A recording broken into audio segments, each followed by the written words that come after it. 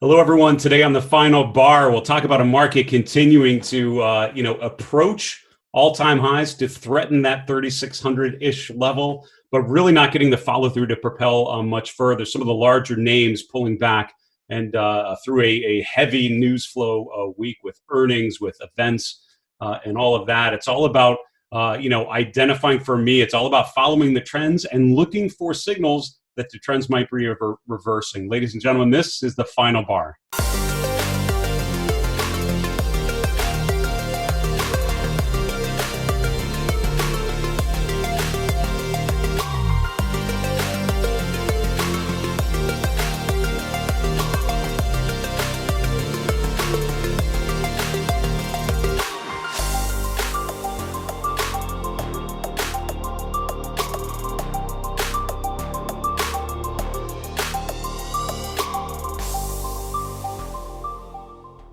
Hello, everyone. Welcome to today's edition of The Final Bar. I'm your host, Dave Keller. I'm the Chief Market Strategist here at StockCharts.com in Redmond, Washington. Thanks for joining us every weekday after the close to look at the markets together through the lenses of technical analysis, behavioral finance, quantitative methods, investor psychology, whatever we can bring to bear to try to make sense of a very uncertain, unsettling at times environment.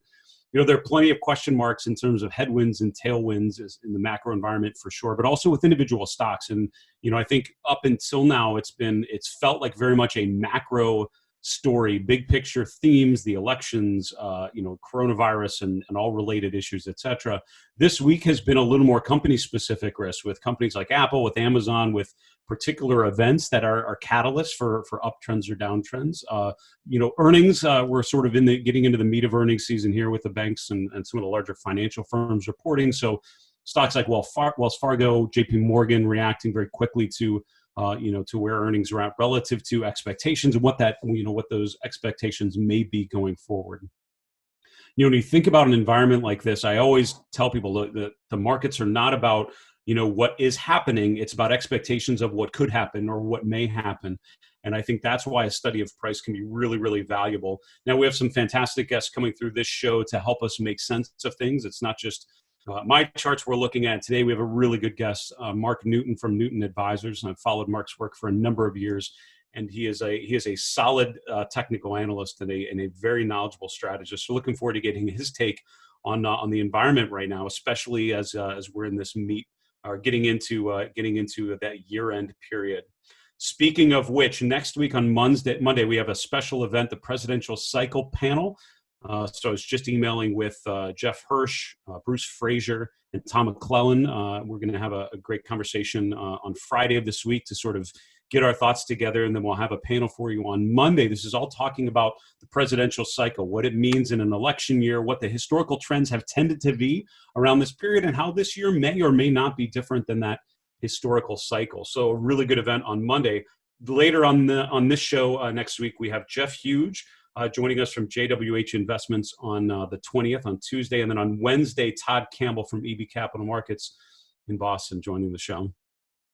Let's get to our market recap. So, as we've talked about in recent days, it's all about the S&P and key stocks, key sectors sort of approaching all-time highs. What is the behavior related to that? So, as a technical analyst, as a strategist, part of the game is really understanding the trends and focusing on how they relate to key levels and what the market does, what the chart, how the chart evolves, what those particular securities do when they approach those key levels. So we're really at a meaningful point. Yesterday we talked about consumer discretionary breaking above its high from earlier this year. Is it able to sustain that? We talked about healthcare really approaching its previous high, and the S&P not quite there. All three of those sort of around all-time highs. And what happens next, right? Do these become double tops, divergences, indications of exhaustion, or is there enough upside momentum to push them through these key levels and propel them to further upside going into year end?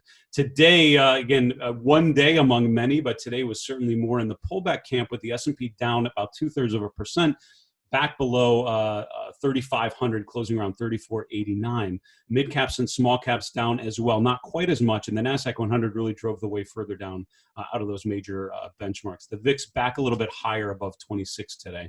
Bonds strengthened really in the morning, kind of came off in the afternoon, but overall finished higher. Bond prices higher with the TLT up about 0.2%, 10-year yields down as well. Gold and silver higher, but not by a ton. It was just a little bit of a token advance. Oil prices higher, and the energy sector was one of just a couple that were up on the day from a sector basis. Most sectors were down. We're going to get back to that in a second. Looking at the chart of the S&P, let's start there, and we'll see what other charts we can get to through our market recap here today. So, as I mentioned, right, I think all eyes on this on the previous highs, the all-time highs around just below 3,600 for the S&P. And the question, as we get up into this range, and once we're in the trading range of the top high day, the day of the high close, I think we're at a point where you could absolutely expect resistance. This is a reasonable expectation that as we approach those levels, if you separate all investors into two camps, those that believe the S&P deserves to be higher and those that assume that it should not be anywhere near these levels, if you group them into those two buckets, the question is, are there enough in the first camp to push the S&P higher and to vote with their feet and to add enough demand into the market that the S&P is able to eclipse it? Not yet. And so what we've seen now is the very reasonable move of a bit of a pullback off of those all-time highs. And again, this is the S&P. You also have many other sectors and individual stocks, to be honest, that are sort of approaching those key resistance levels. We've talked about the breadth characteristics, which we're going to get to in a minute, that overall have been very constructive. They went from being very negative in the early mid-September to rotating, being much more positive here going into October, and it's first into the second week here. So in the short term, for sure, the breadth picture has emerged with the advanced decline lines on the S&P, for example, going to new highs, and that certainly is a vote of confidence for the internal strength of the market. But the question now is there enough to push the S&P as a whole above the previous highs? So overall, the trend remains positive. And on the trend following, model that I use, which is using a weekly chart and 3 time frames using weekly exponential moving averages, it's positive on all time frames. So the long-term trend has been positive for 6 months. The medium-term trend has been positive for a little further here from sort of early May, and the short-term has been positive for the last couple of weeks on the bounce off of the September low. So overall, all those timeframes tend to be positive. And when that's the situation, I immediately, of course, start thinking more of a contrarian perspective and look for signals that that's no longer the case, right? When things all look great, show me some sign that things may not be great anymore. And that's what I'm going to wrap my head around. So for here, we're going to look at some of the other charts here in a moment. But overall, if we do sell off, the question is where to then. I think at this point, you can look back to the left of the chart and see where we've found support before. The first key level will be that 3,350 to 3,400 range. That's the congestion area from back here. Also the 50-day moving average below there. I think the really important one is 3,200 to 3,250. That served as resistance in June a number of times in July. And then once again, like a magnet, the September low pulled right back to that same sort of level. So overall at this point, I could see a scenario where we chop around in this area for quite a while, but overall, as long as we remain above that 3,200 level, above that swing low and this previous area of support, I think overall we're in a constructive environment. We break through that, I think you have to start thinking about potential for further downside risk, but overall still firing pretty well to the upside. In terms of sectors and rotations, right? We talked about materials, energy, the MEI trade, which are the 3 top sectors today. Energy has really been an outlier in terms of underperformance on a relative basis. If you look at the 11 sector charts, which we did yesterday, if you missed that, or sorry, on Monday's show, if you missed that, go back to Monday's show. We spent a lot of time looking at sectors, and we talked about how energy and really financials, 2 outliers relative to many of the other consistent patterns we're seeing across there. But today was really back to that industrial materials trade. These 3 sectors are actually positive today. These were the names that started to really work in September when it was all right, maybe we're having a huge rotation here as these sectors start to emerge. So a bit back to that theme. On the bottom, we have communication services, consumer discretionary, real estate as well, 3 coming up from the bottom. Interesting to see a gold stock here as the #1 gainer in the scooter rankings. This is our StockCharts technical ranking, which is looking at a broad large cap universe and literally percentile ranking stocks from strongest to weakest. It's a great way to screen for ideas and look for stocks in constructive price trends. And you can see here the stocks that have gained the most today in their scooter ranking, right? So which patterns have improved the most. Newmont Mining came up. You might remember Newmont Mining a little while ago was one of the top 10 stocks in our scooter ranking. It was back in this period when a lot of stocks were struggling, and the gold trade really worked, especially here in April and May. And this is when I'm remembering, I think, Newmont Mining being the top 5 probably of scooter rankings, if not in the top spot. What's happened now, though, is, again, a big gain in the scooter ranking. That's because it was up almost 2% on a day when the average stock was lower. So it's still pretty early here. However, what's interesting on a chart of Newmont Mining is you established here the low in late September. We bounced higher just around 64, pulled back, and then had a higher low just above 60, and now potentially making a new swing high. I think if get a break back above the 50-day moving average would sort of complete that rotation from short-term distribution to short-term accumulation. But that's one of the patterns, examples of stocks starting to work when overall the average name is struggling a bit. Might be an interesting one to pay attention to. It's worth noting, if you look at the big losers in the scooter rankings today, a lot of regional banks, things like Key Corp, Bank of America, BAC, Huntington Banks, PNC, all sort of in the bottom 10. So that whole financial thing, the XLF, is it able to reclaim the 200-day break above previous resistance? We're not seeing that. We're seeing stocks like JP Morgan fail at their 200-day moving average instead of eclipsing them. That was one of the key themes we talked about on a heavy earnings week for financials. That's our market recap for today, just hitting on some of the key charts that come up in the normal process of reviewing the charts. We're going to take a quick commercial break. Back with my guest, Mark Newton. We'll see you in a minute.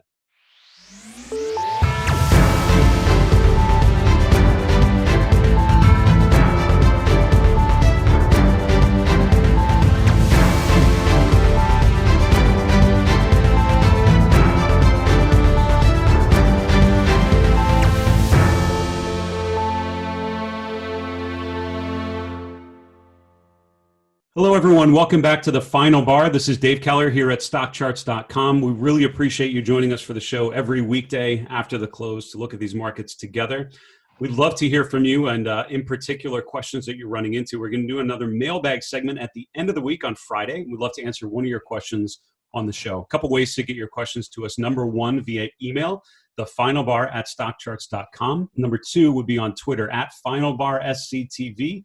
Finally, on our YouTube channel, just put a comment below the video that you're watching. We're going to gather all of those, and we'll answer as many questions as we can in our next mailbag segment coming up this Friday.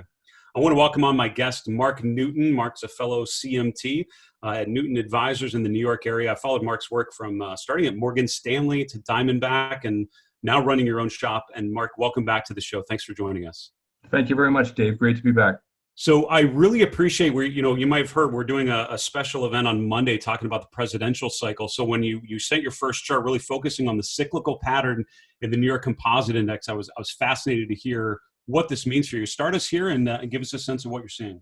Yeah, so this is interesting. I am a member of the Foundation for the Study of Cycles, and they have a cycle finder tool that allows one to go in and really create different cycles based on the data that you can upload. And this one is just a New York Composite. I uploaded data going back since 1980. And what's interesting is that if you look at the 5 most relevant cycles for this, the most actionable and the ones with the highest, really what they call Barthel scores, a statistical level of strength and how you view these charts, it does appear like the election could very well be a lot more contested than what people are thinking, at least this week. I mean, I think that the market's obviously been pretty calm in the last few months, a lot more so than people might expect. We had the initial volatility in September, and then we've rebounded back.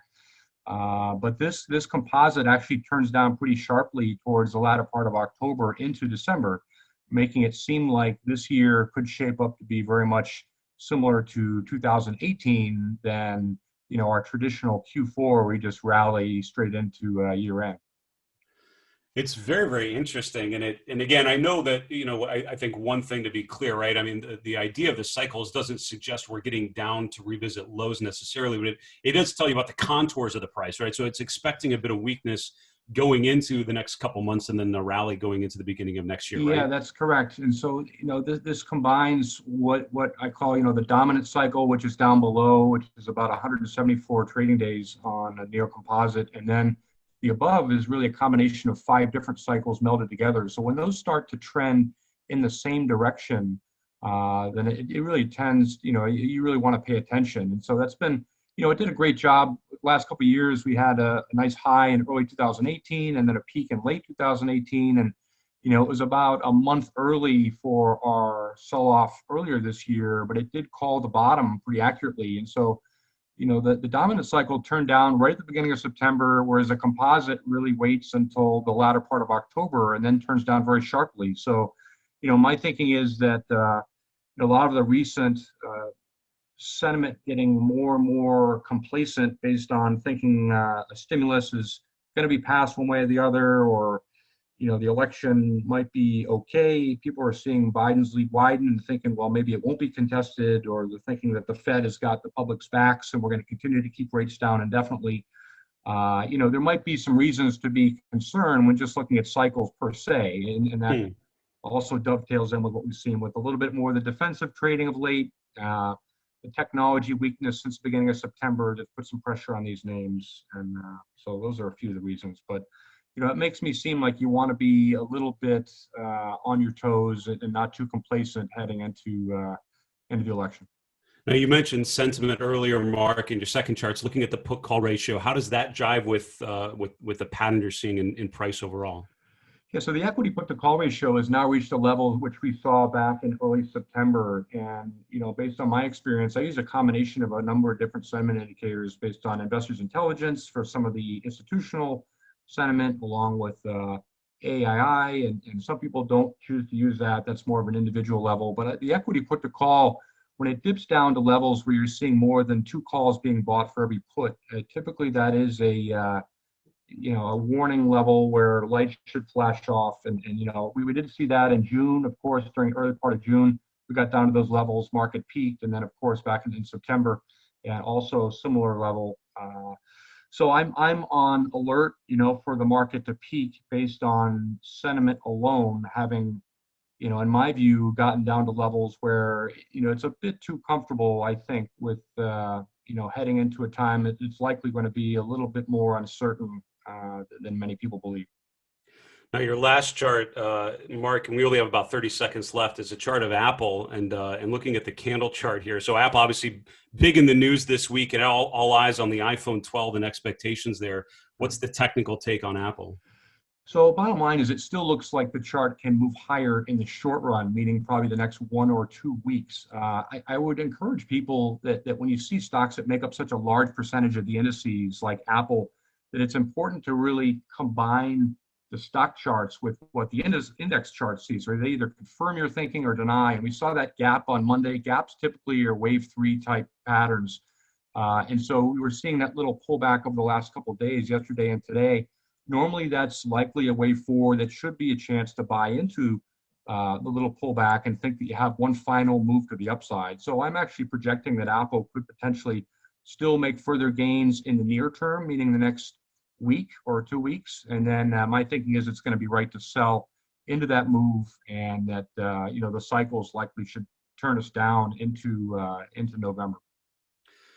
3 great charts with some hesitancy, I think, in terms of potential for further upside, but I think a well articulated thesis. Mark, thanks so much for coming back on the show. Hope you and the family stay safe there in the New York area, and we'll keep in touch. All right.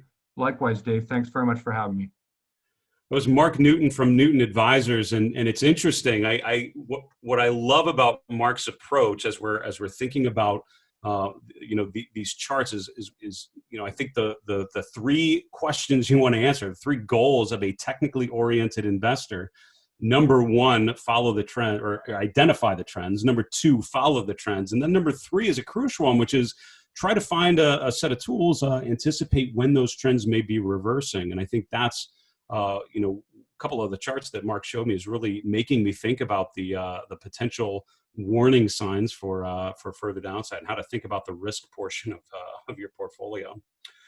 Our next segment is called Getting Sentimental. So on Wednesday into Thursday is really when you have a lot of the sentiment readings come out. So I think it's a natural time to review some of the sentiment indicators that may be of value. The chart list we're going to use today is a sentiment indicator chart list that you can access actually through your StockCharts subscription through the platform if you subscribe here. So if you go to your dashboard, you're going to click on this button called Chart Lists. There's going to be this list of chart lists. I have quite a few of them, so sorry, I'm going to go all the way down to the bottom, but your list most likely is a little shorter, but down here you have this button called Manage Chart Packs, and one of those is called Dave's Morning Coffee Routine. There are others on here you should certainly check out, like Arthur Hill's and the Decision Point ones from Carl and Aaron Swenlin, but this is called the Morning Coffee Routine Chart Pack. It will install 15 chart lists, including the one we're going to refer to here in a moment called Sentiment Indicators. And the idea of this is we're going to go through some of these key measures of sentiment. I think of the market environment in three phases. Number one is top down. What is the big picture environment from price? Number two is breadth. So what are the characteristics of the companies that make up those broad indexes, and what can they tell you about the conditions underlying the price? And then third is sentiment, which is how people are, thinking, what they're saying they're thinking really about the price. And so those three pieces together, I think, should give you a good overall assessment. And so part of my my chart lists are a bunch of analysis on price and then a whole set on breadth. Tomorrow's show, by the way, is going to be a 100% focus on breadth, and we're going to walk through that chart list and go through a number of the indicators right now. Today, we're going to go through sentiment. Let's get to it. So really, four charts we're going to go through. Starts out with the put-call ratio. So it's interesting. It's actually, I'm really glad that Mark came on the show, and I don't know with a lot of warning what charts people are going to bring with them. It makes the conversations really fascinating, but what he was showing was actually a similar chart to this, which we're looking at the put-call ratio. Our numbers are going to look a little different. I think looking at his chart, he's doing the equity put-call ratio. I'm looking at the total put-call ratio. Both are valid for different reasons, but overall, what we're seeing here, and I'm seeing the exact same thing, which is the put-call ratio, really getting to those levels that have lined up with previous topping patterns. Now, the kicker is this: at times, like in mid-January of 2020, the extreme low put-call ratio suggested that basically, ended up being a short-term pullback, right? It was a bit of a pullback before another leg higher. Again, the put-call ratio became relatively low, and that ended up obviously being the ultimate market high for that first quarter as we sold off into the March lows. You again saw a low put-call ratio even below that, and here I'm doing the 5-day moving average in bright pink here. The raw data is sort of in gray in the background. Here in early June, we had a similar very low ratio, and that coincided with the market peak. Again, you had low ratios in August, and then finally in September, which lined up very well with the market peak. And once again, we're aiming down there. The raw data has gotten right down to that point. So, the kicker of the put-call ratio, it at times will signal, this extreme level, and you don't always have a necessarily a market peak. However, pretty much every market peak has been met with that condition. So for me, price is king. I'm going to want to look for signals of exhaustion in price and breakdowns in price, but an extreme put-call ratio, which we are absolutely getting at, if not there already, suggests we're at the level of extreme sentiment from the options market that coincides with previous market tops. The second chart is the chart of the VIX. Now, what's interesting is the movement in the VIX that you saw February into March really changed the characteristics of the VIX for a while, for years even. The VIX was sort of in a very relatively low range, and in market rallies, it would get down to single digits, down to 10 or so, if not a little bit lower, and that would indicate extreme low volatility. On pullbacks, on sell-offs, the VIX would spike, and a spike would be anywhere around 20 plus. And actually going back here, if you look back in 2019, for example, the VIX getting above 20 was actually a really decent signal that there was a sell-off, but then you're probably nearing the end of that. And you can see some of these big sell-offs, saw spikes in the VIX above 20, and then we would quickly come back. That completely changed when the VIX got above 80, and that all of a sudden you have to go back quite a while to find historical sell-offs that had a spike in volatility to that extreme. So the question now is, and I think a lot of people were wondering where the volatility would settle in. We're nowhere near that range that we had back here in 2019 to early 2020. So I think we're in a new volatility regime where it's elevated. And I think certainly the uncertainty, the VIX is the fear gauge. It's really a measure of uncertainty. And I think I can't remember a more uncertain time in market history than right about now from my 20 years of trying to do this. So I certainly, it makes sense that the VIX would be at new levels. So the question now is, whereas where do we want to be paying attention to it? I think one of the key things right now is that the VIX just broke below its 50-day moving average, and it had been above its 50-day moving average here from early September. So really, the market rallied, and the VIX kind of spiked up just as the market sold off there.